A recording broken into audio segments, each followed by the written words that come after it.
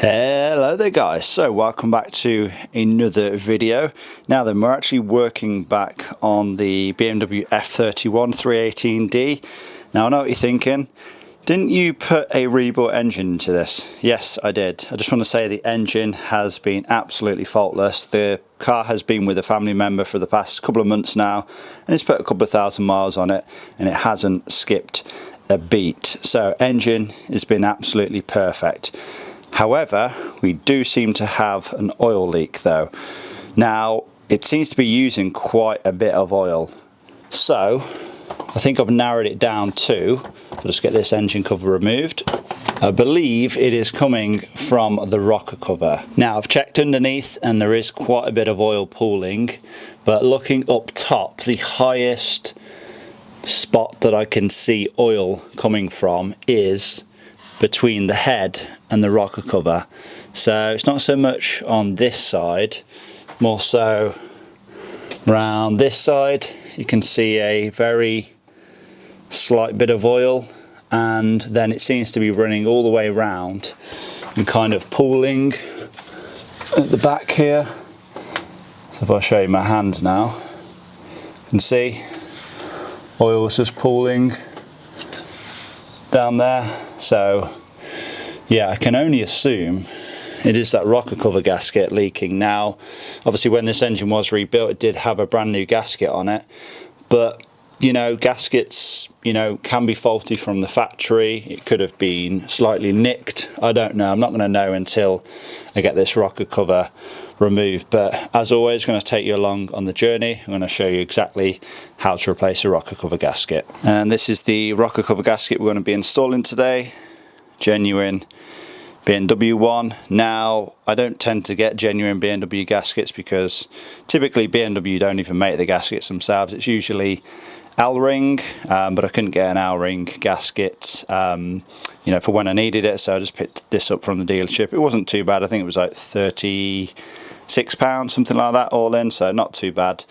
But yeah, let's get cracking now. As you can see, all of the trim panels and everything's all removed. Obviously this is going to depend on which model you have. If you have a E90 generation, it's going to be a little bit different. If you have an F30 generation like I do, then of course scuttle panel out of the way, strut brace bar out of the way, now of course main engine cover out of the way as well.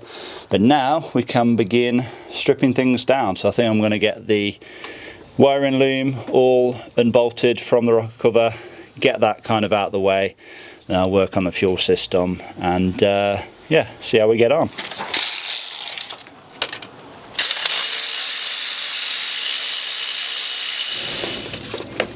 Now, if you are unsure where any of these electrical connectors have to go on reinstallation, it's a good idea to take a photo beforehand. I've done this job numerous times, so I'm confident I know where everything goes back. Okay, so that it should be all of the electrical connectors, the wiring loom off of the rocker cover, and yeah, it should just be a case now of removing the fuel system. Obviously all of the injectors have got to come out, the fuel rail, these high pressure fuel lines, they've all got to come off, and I think we should be about there then. We should have access to get on all of the rocker cover bolts. So to loosen off the high pressure fuel pipes, it's a 19 millimeter spanner.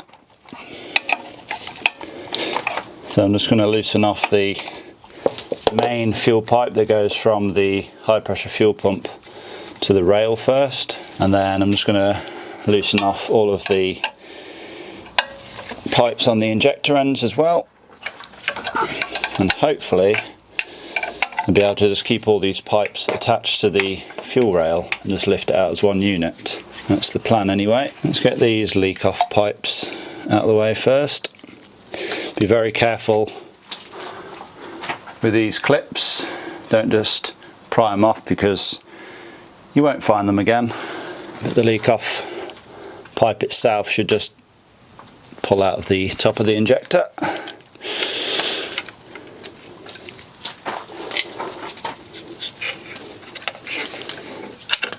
And you should get fuel leak out of these high pressure fuel lines. Don't worry about it. Yeah, that's them all loose. Should be able to get the fuel rail unbolted now, just these 4 E-Torx bolts. So yeah, these bolts here, these should take an E10 socket. With these 4 removed, should be able to lift this whole fuel rail along with the high pressure fuel lines out then, in theory. As long as this line doesn't get in the way too much, hopefully I can just scoot it on underneath that, but we'll see.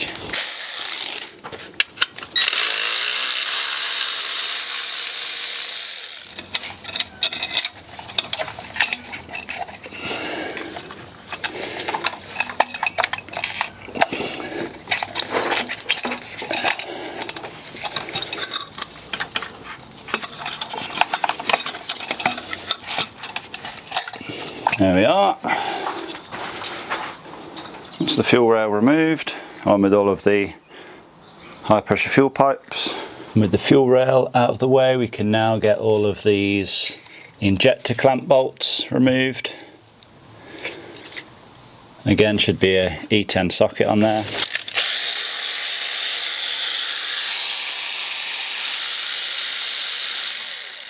Four clamps removed. Now, if you are doing this job yourself, obviously next thing you're going to do is remove the injectors. But if this is your first time doing this job on your engine, chances are your injectors are going to be pretty stuck. It's probably going to be the most difficult part of this task, removing them. I actually have a whole separate video how to remove a stuck diesel injector. So check that out, it's on my channel. Relatively straightforward to do, but my injectors in theory should be quite loose, he says.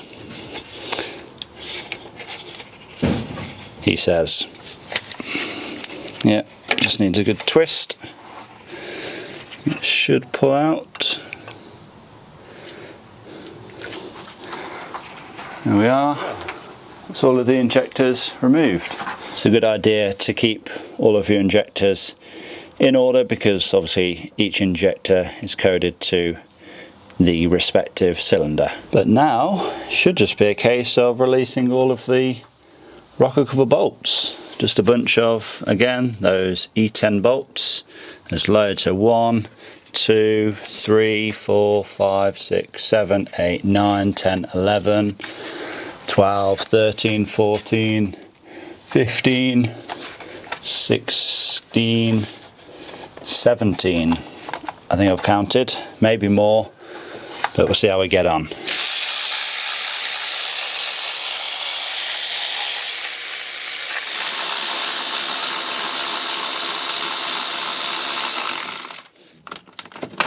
Okay, so should be all of those bolts loose now. So with any luck, this should lift off. Feels pretty loose.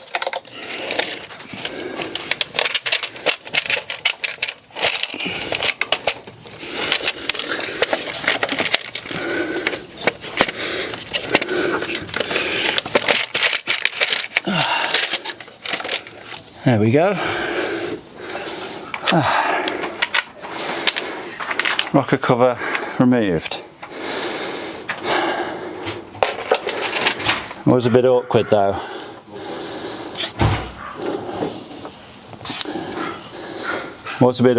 With this wiring still in place. I think I'm going to disconnect all this and kind of fold it back just to make it a little bit easier to get it back in place. So having a look at the rocker cover itself, can't really see anything wrong with it. The gasket seems fine.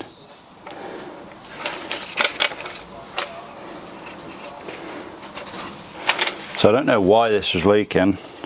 Hopefully it's just a faulty gasket. Now you can see quite a lot of oil there. There's literally a puddle of it there. It's gone in the spark plug hole as well. So that must have been where the rocker cover gasket was leaking from.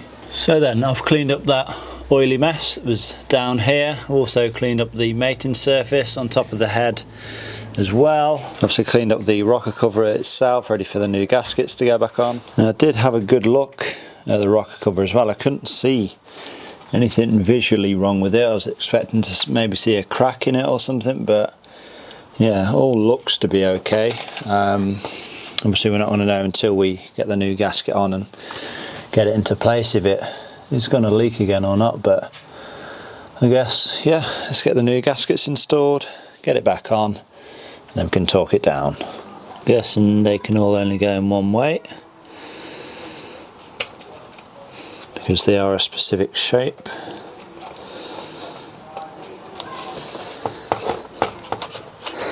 That's those 4 centre gaskets installed.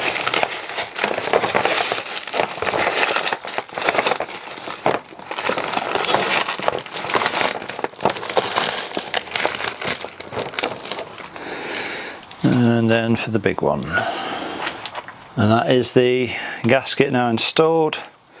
Made sure it's seating correctly in the groove all the way around. Make sure it's not folded over or anything. And yeah, there's really not a lot else we can do. Let's just get this installed now.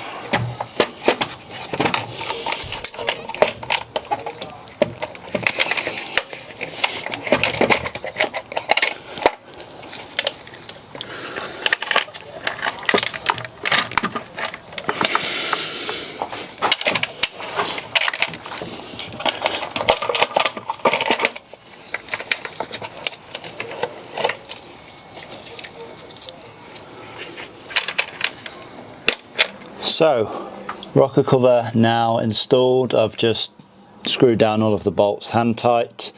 I'm now going to torque them all down to 10 Newton meters. I'm going to start with the middle bolts first and then kind of spiral my way out. But yeah, should be relatively straightforward. There's nothing more I can really do after that. I just hope that it doesn't leak again.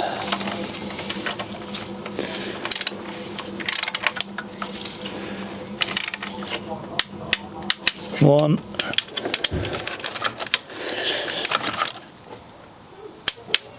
And 17.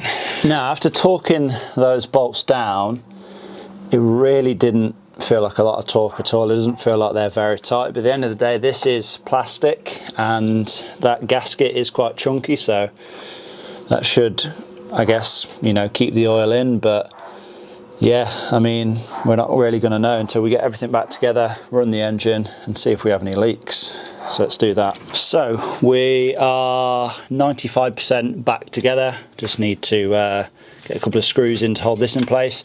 But I want to make sure that, you know, when I fire this up, that it's not still leaking. So should still be able to lift this up slightly and check on down in there. But what I'm doing now to get this thing ready to be fired up is just bleeding the fuel system. Obviously we've took the injectors out, we took the fuel rail out, so we've introduced a whole bunch of air into the system. So yeah, it's just kind of doing its thing now.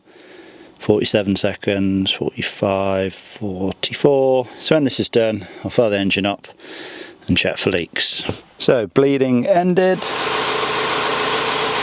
Engine now fired up.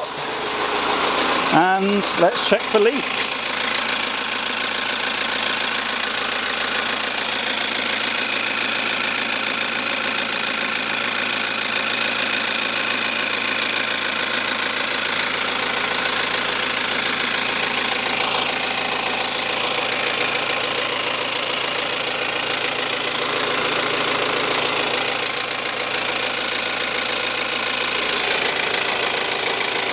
So, where we originally had the leak from, it doesn't appear to be leaking at the moment, which is great.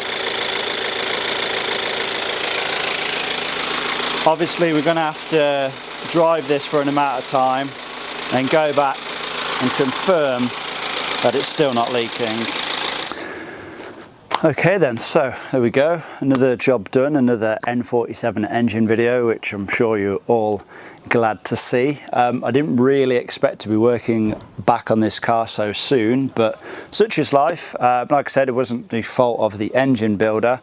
You know, it could have just been a faulty gasket. Hopefully Installing that new gasket now has fixed the problem. Like I said, I need to take it for a good proper drive before we're really going to be able to see, but I can't see any leaks at the moment, so I guess fingers crossed for that.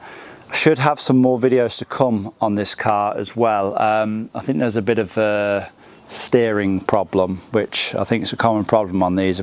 There's a little bush on the steering rack, but needless to say, anyway, that's going to be later on down the line. Hopefully you all have enjoyed this video. Hopefully you found it easy enough to follow along, and yeah, I want to thank you all for watching. Give this video a like, leave a comment down below, subscribe if you have not already done so, and I'll see you all in the next one.